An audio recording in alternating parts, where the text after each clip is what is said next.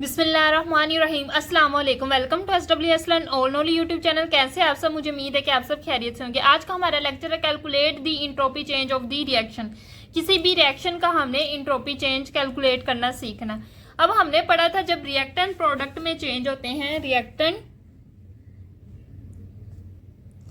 Reactants जब change होते हैं प्रोडक्ट्स में, तो इंट्रोपी चेंज या तो पॉजिटिव हो सकता है या तो नेगेटिव हो सकता है। या तो इंट्रोपी चेंज पॉजिटिव होगा या तो नेगेटिव होगा। अब किसी भी सिस्टम का इंट्रोपी चेंज कैलकुलेट कैसे करेंगे? हम क्या करेंगे, प्रोडक्ट की इंट्रोपी को माइनस कर देंगे रिएक्टेंट की इंट्रोपी से, तो हमें पता चल जाएगा टोटल रिएक्शन में या सिस्टम में कितना इंट्रोपी चेंज आया है।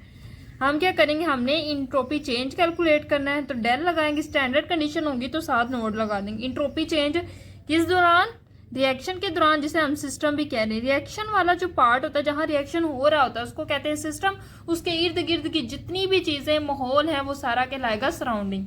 सो हमने सिस्टम का यानी रिएक्शन का इंट्रोपी चेंज देखना है, तो वो किस तरह कैलकुलेट करेंगे? जितनी भी इंट्रोपी है प्रोडक्ट की माइनस कर देंगे इंट्रोपी रिएक्टेंट की। अब मैं आपको एक एग्जांपल देती हूँ जो बुक पे एग्जांपल दी है। 2 कैल्शियम है प्लस ऑक्सीजन है जो कि गैसियस स्टेट में, दोनों ने मिलके 2 मोल कैल्शियम ऑक्साइड बनाए। अच्छा, कैल्शियम ऑक्साइड का दूसरा नाम भी होता है क्विकलाइन। अब 2 मोल हमारे पास कैल्शियम ऑक्साइड बने। अब हमने क्या करना है, सिस्टम की इंट्रोपी चेंज कैलकुलेट करनी। अब हम रिएक्टेंट की इंट्रोपी देख लेते हैं और प्रोडक्ट की इंट्रोपी देख लेते हैं। रिएक्टेंट में हमारे पास कैल्शियम ऑक्सीजन है। कैल्शियम की इंट्रोपी है 41.40 जाउल पर केल्विन पर मोल। ऑक्सीजन जो है वो गैसियस स्टेट में, इसलिए इसकी इंट्रोपी है बहुत ज्यादा 205.0 जाउल पर केल्विन पर मोल। आगे कैल्शियम ऑक्साइड है, उसकी 39.70 जाउल पर केल्विन पर मोल।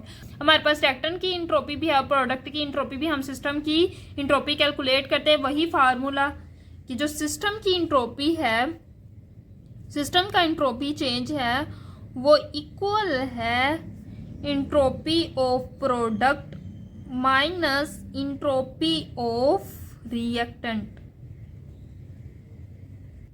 फॉर्मूले के मुताबिक पहले आएगी प्रोडक्ट की इंट्रोपी। प्रोडक्ट हमारे पास है कैल्शियम ऑक्साइड। कैल्शियम ऑक्साइड की इंट्रोपी पहले आएगी। बैलेंस केमिकल इक्वेशन में देखें तो प्रोडक्ट कितने बन रहे? 2, तो प्रोडक्ट की इंट्रोपी को 2 से मल्टीप्लाई करेंगे माइनस। अब रिएक्टेंट हमारे पास 2 है, दोनों की इंट्रोपी को ऐड करेंगे तो टोटल रिएक्टेंट की इंट्रोपी आएगी। सो पहले हम कैल्शियम की इंट्रोपी लिखी। ये जो इंट्रोपी है ये कैल्शियम की इंट्रोपी है। अब इसके साथ 2 क्यों लगाया? क्योंकि हमारे पास 2 मोल थे कैल्शियम के प्लस ऑक्सीजन की इंट्रोपी, तो ये टोटल आ जाएगी रिएक्टेंट की इंट्रोपी। सो ये देखो, अब 2 कैल्शियम ऑक्साइड की इंट्रोपी हमारे पास 39.70 जाउल पर केल्विन पर मोल माइनस 2 कैल्शियम की हमारे पास इंट्रोपी है 41.40 जाउल पर केल्विन प्लस ऑक्सीजन की इंट्रोपी है 205.0 जाउल पर केल्विन पर मोल। अब देखो 2 को 39.70 से मल्टीप्लाई किया तो 79.40 आया माइनस। इसको 2 से मल्टीप्लाई करने के बाद इसमें ऐड किया तो टोटल आया 287.8 जाउल पर केल्विन पर मोल। अब इन दोनों को आपस में माइनस किया तो फाइनल आंसर आया 208.4 जाउल पर केल्विन पर मोल। सो इंट्रोपी चेंज ऑफ सिस्टम आया -208.4 जाउल पर केल्विन पर मोल। लेकिन नेगेटिव साइन आने का क्या मतलब है? इंट्रोपी चेंज में जब नेगेटिव साइन आता है तो हमने बात की थी कि नॉन स्पॉन्टेनियस रिएक्शन होगा। 2 तरह की इंट्रोपी चेंज होती है। अगर तो इंट्रोपी चेंज पॉजिटिव होगी तो हमने कहा था रिएक्शन कौन सा होगा? स्पॉन्टेनियस, जो खुद ब खुद होगा। अगर नेगेटिव इंट्रोपी चेंज आएगा तो रिएक्शन नॉन स्पॉन्टेनियस होगा, यानी खुद ब खुद नहीं होगा। हमें कुछ ना कुछ उसको फोर्स देनी पड़ेगी रिएक्शन को प्रोसीड आउट होने के लिए। अब नॉन स्पॉन्टेनियस है, नेगेटिव वैल्यू आने का मतलब ये है कि इसका रिएक्शन नॉन स्पॉन्टेनियस होना चाहिए। लेकिन जब कैल्शियम ऑक्सीजन के साथ रिएक्ट करता है तो ये रिएक्शन स्पॉन्टेनियस होता है, खुद ब खुद होता है। अब ऐसा क्यों? क्योंकि जो सिस्टम की इंट्रोपी है जो टोटल इंट्रोपी चेंज है जो रिएक्शन को चलाती है वो सिर्फ सिस्टम पे डिपेंड नहीं करती, सराउंडिंग पे भी डिपेंड करती। यानी टोटल इंट्रोपी जो होती है, जो टोटल इंट्रोपी चेंज होता है वो सिस्टम का भी इंट्रोपी चेंज होता है, उसमें हम ऐड करते हैं इंट्रोपी चेंज ऑफ सराउंडिंग। यानी जो टोटल इंट्रोपी चेंज है वो सम है entropy change of system plus entropy change of surrounding. System का नेगेटिव आया, लेकिन हो सकता है कि जो सराउंडिंग है उसका इंट्रोपी चेंज बहुत ज्यादा पॉजिटिव हो और total overall entropy change positive होगा, इसलिए कैल्शियम और ऑक्सीजन का रिएक्शन आपस में स्पॉन्टेनियस है। सो आपने एक चीज क्लियर कर लेनी, ये नेगेटिव और जो पॉजिटिव है ये सिस्टम की इंट्रोपी चेंज को शो नहीं करता, ये टोटल इंट्रोपी चेंज को शो करता है जो सिस्टम प्लस सराउंडिंग होता है। अब अगला हमारा टॉपिक है टोटल इंट्रोपी चेंज, उसको रिप्रेजेंट करते हैं डेल एस नोड और नीचे टोटल लगा लेते हैं। अभी हमने बात की जो टोटल इंट्रोपी चेंज होता है वो सम होता है entropy change of system plus entropy change of surrounding. इन दोनों का सम करेंगे तो हमारे पास टोटल इंट्रोपी चेंज आएगा, जिससे हमें पता चलेगा रिएक्शन स्पॉन्टेनियस है या नॉन स्पॉन्टेनियस। सो हमें 1 बाय 1 इंट्रोपी चेंज कैलकुलेट करना होगा। टोटल इंट्रोपी चेंज कैलकुलेट करने के लिए हमें सिस्टम की भी इंट्रोपी चेंज पता होनी चाहिए और सराउंडिंग की भी इंट्रोपी चेंज होनी चाहिए। तो सिस्टम की इंट्रोपी चेंज कैलकुलेट कर सकते हैं हम किस तरह। भी हमने पीछे कहा कि सिस्टम की जो इंट्रोपी चेंज है उसको किस तरह कैलकुलेट करेंगे, डेल एस नोड इधर लिखें, सिस्टम किस तरह कैलकुलेट करेंगे हम, समीशन जितने भी प्रोडक्ट बने हैं उन सब की इंट्रोपी का सम, उन सब की इंट्रोपी का सम माइनस सिग्मा जितने भी रिएक्टेंट हैं उनकी इंट्रोपी। सो सिस्टम की इंट्रोपी किस तरह कैलकुलेट करेंगे, सिग्मा जितने भी प्रोडक्ट हैं उन सब की इंट्रोपी का सम माइनस जितने भी रिएक्टेंट हैं उन सब की इंट्रोपी। सो इससे हमारे पास टोटल इंट्रोपी चेंज आ जाएगा सिस्टम का।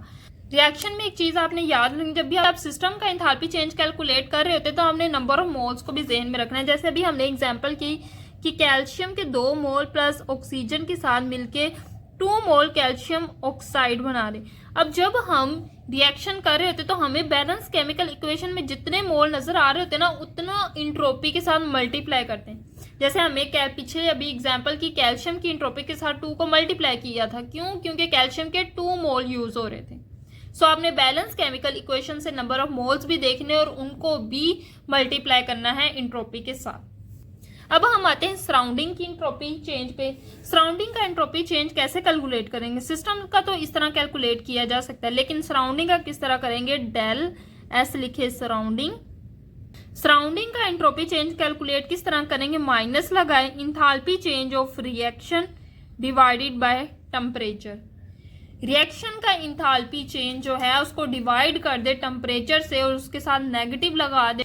ये नेगेटिव जो है ये रिएक्शन का पार्ट है, ये इंथैल्पी चेंज के साथ नहीं है। सो जो इंथैल्पी चेंज होता है ना इसका यूनिट होता है किलो जाउल पर मोल, इसका यूनिट होता है किलो जाउल पर मोल और नीचे हमारे पास आता है केल्विन। अब हमने क्या करना होता है, इस किलो को खत्म करना होता है। जब भी आप पहले सराउंडिंग की इंट्रोपी चेंज कैलकुलेट करोगे तो आपने हमेशा रिएक्शन की जो इंथैल्पी चेंज है उसमें देखना है कि किलो है, क्योंकि रिएक्शन का यूनिट इंथैल्पी का यूनिट क्या है, किलो जाउल पर मोल। तो हमने सबसे पहले इस किलो को खत्म करना होता है। डेल एच आर जो है ये इसकी जो भी अमाउंट होती है वो होती है किलो जाउल पर मोल, इसका ये होता है यूनिट। अब हमने क्या करना होता है, इस किलो को खत्म करना होता है। क्यों, क्योंकि अगर ये खत्म होगा तो हमारे पास टोटल इंथैल्पी किस तरह आएगी, ये जाउल ऊपर जाके ये पर केल्विन और पर मोल। तो यही तो हमारे पास यूनिट है इंट्रोपी का। अगर ये किलो होगा तो इंट्रोपी का यूनिट नहीं आएगा, यूनिट में किलो भी आएगा। सो हमने किलो को क्यों खत्म करना है, ताकि हमारे पास इंट्रोपी का यूनिट आ जाए, जाउल पर केल्विन पर मोल। इस किलो को खत्म करने के लिए किलो जो होता है ना वो 1000 के बराबर होता है। तो हम क्या करते हैं, रिएक्शन की जो इंथैल्पी चेंज है उसको मल्टीप्लाई करते हैं 1000 से। किलो किसके बराबर होता है, 1000 से मल्टीप्लाई किया तो ये यूनिट वैसे के वैसे ही आ जाएंगे, जाउल पर मोल। सो ये हमारे पास आ जाएगा इंथाल्पी चेंज ऑफ रिएक्शन। सो हमने सिस्टम का भी इंट्रोपी चेंज कैलकुलेट कर लिया और सराउंडिंग का भी इंट्रोपी चेंज कर लिया। ऊपर जो हमने फॉर्मूला यूज किया है टोटल इंट्रोपी का, उसकी मदद से हम टोटल इंट्रोपी फाइंड आउट कर लेंगे। ये टोटल इंट्रोपी चेंज है, उसकी दो पॉसिबिलिटीज, या तो पॉजिटिव हो सकता है या तो वो नेगेटिव हो सकता है। उसकी दो पॉसिबिलिटी। अगर तो वो पॉजिटिव होगा, इसका क्या मतलब है कि इंट्रोपी इंक्रीज हुई है, टोटल इंट्रोपी जो है वो इंक्रीज हुई है। लेकिन अगर वो नेगेटिव आ रहा है तो इसका मतलब है कि इंट्रोपी जो है वो डिक्रीज हुई है। जब भी किसी रिएक्शन में टोटल इंट्रोपी इंक्रीज होगी वो रिएक्शन स्पॉन्टेनियस होगा। क्या होगा? Spontaneous reaction will be spontaneous, reaction खुद ब खुद होगा। अगर किसी रिएक्शन में टोटल इंट्रोपी चेंज वो नेगेटिव है तो उसमें इंट्रोपी डिक्रीज होगी और वो रिएक्शन जो है वो नॉन स्पॉन्टेनियस होगा। क्या होगा? नॉन स्पॉन्टेनियस होगा। जो है ये दोनों कॉन्सेप्ट आपने अपने जहन में बिठा लें, कब रिएक्शन स्पॉन्टेनियस होगा, कब रिएक्शन नॉन स्पॉन्टेनियस होगा। अब हम क्या करते हैं, सैंपल प्रॉब्लम करते हैं। जितने भी हमने फॉर्मूले किए टोटल इंट्रोपी चेंज को फाइंड आउट करने के लिए, सिस्टम का इंट्रोपी चेंज फाइंड आउट करने के लिए और सराउंडिंग का इंट्रोपी चेंज फाइंड आउट करने के लिए, तीनों फॉर्मूले आपकी फिंगर टिप्स पे होने चाहिए। इन्हीं फॉर्मूले को यूज करते हुए हम सैंपल प्रॉब्लम सोल्व करेंगे। पहली सैंपल प्रॉब्लम है 6.8। तो ये सैंपल प्रॉब्लम बिल्कुल पिछली सैंपल प्रॉब्लम की तरह उसमें हमने ये सोल्व की थी। सो हम अगली सैंपल प्रॉब्लम पे चलते हैं।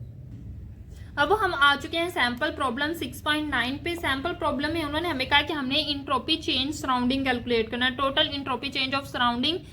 सो उसको कैलकुलेट करने के लिए उन्होंने डाटा दिया हुआ है। टेम्परेचर जो है वो 98 केल्विन है और हमारे पास रिएक्शन है कैल्शियम, 2 कैल्शियम के मोल मिलके ऑक्सीजन के साथ कैल्शियम ऑक्साइड बनाते हैं। 2 मोल ऑफ कैल्शियम ऑक्साइड बनेगा और इस दौरान जो रिएक्शन का इंथाल्पी चेंज है वो है -1270.2 किलो जूल पर मोल।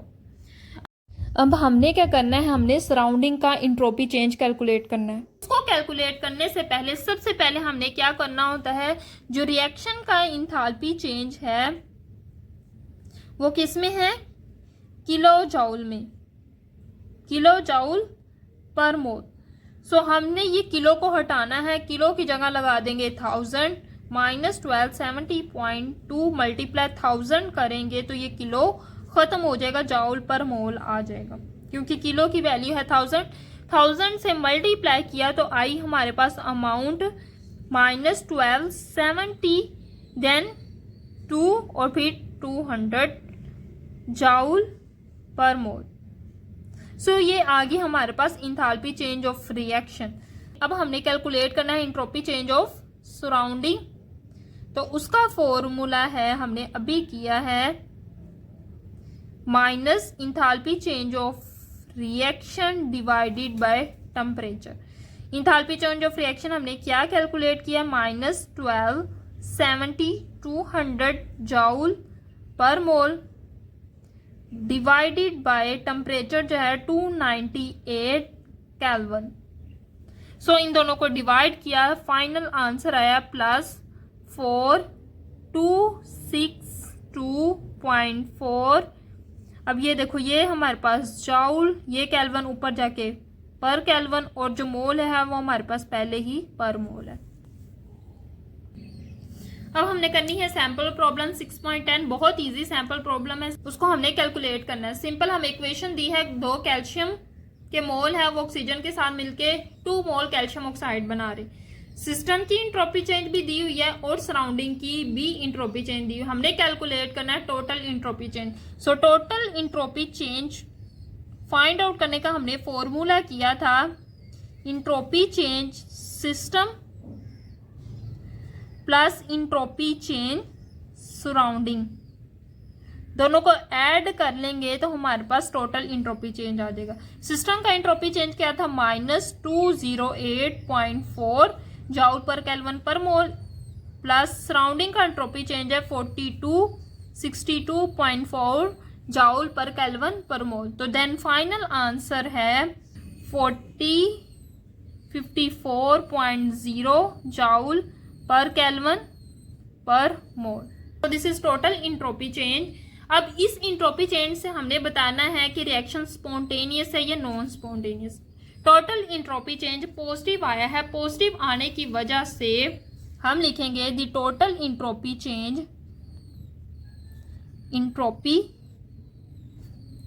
Is positive and the reaction is spontaneous. जब टोटल इंट्रोपी चेंज पॉजिटिव होगा तब रिएक्शन क्या होगा? स्पॉन्टेनियस। स्पॉन्टेनियस के लिए एक और वर्ड यूज करते हैं, फिजिएबल। सो ये था आज का हमारा टॉपिक। मुझे उम्मीद है कि आपको वीडियो अच्छी लगी होगी। वीडियो अच्छी लगी तो वीडियो को लाइक करें, मजीद इसी तरह की वीडियोस के लिए मेरे चैनल को सब्सक्राइब करें। दुआ में जरूर याद रखिएगा। अल्लाह हाफिज।